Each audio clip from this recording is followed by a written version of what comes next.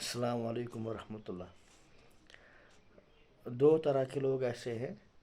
ان کی باتوں پر بالکل بھی بھروسہ نہیں کرنا چاہیے۔ ان کی بات تو سننی چاہیے لیکن اس کا زیادہ ویلیو نہیں ہوتا ہے۔ ایک،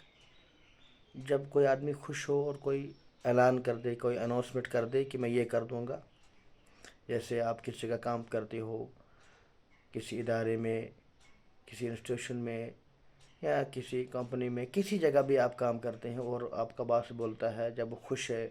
جیسے اس کا بچہ پاس ہو گیا، اس نے مکان بنایا، مکان میں شفٹ کر رہا ہے، یا حج کرنے کے لیے چلے گیا، عمرہ کرنے کے لیے چلا گیا،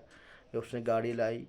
کوئی اس کے گھر میں کچھ فنکشن ہے، کوئی بھی ایسی چیز ہے، وہ بولتا ہے کوئی بات نہیں، بس یہ کام ہو جائے گا، میں آپ کو بس آپ کے لیے ایک مکان بنا رہا ہوں، آپ کے لیے گاڑی لاؤں گا، آپ کے لیے اسکوٹی لاؤں گا۔ تو بس سمجھو کہ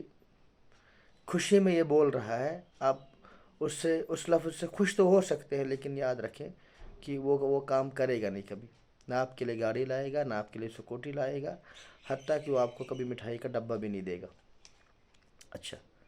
دوسرا ہے وہ دوسرا آدمی جو غصے میں ہوتا ہے، کبھی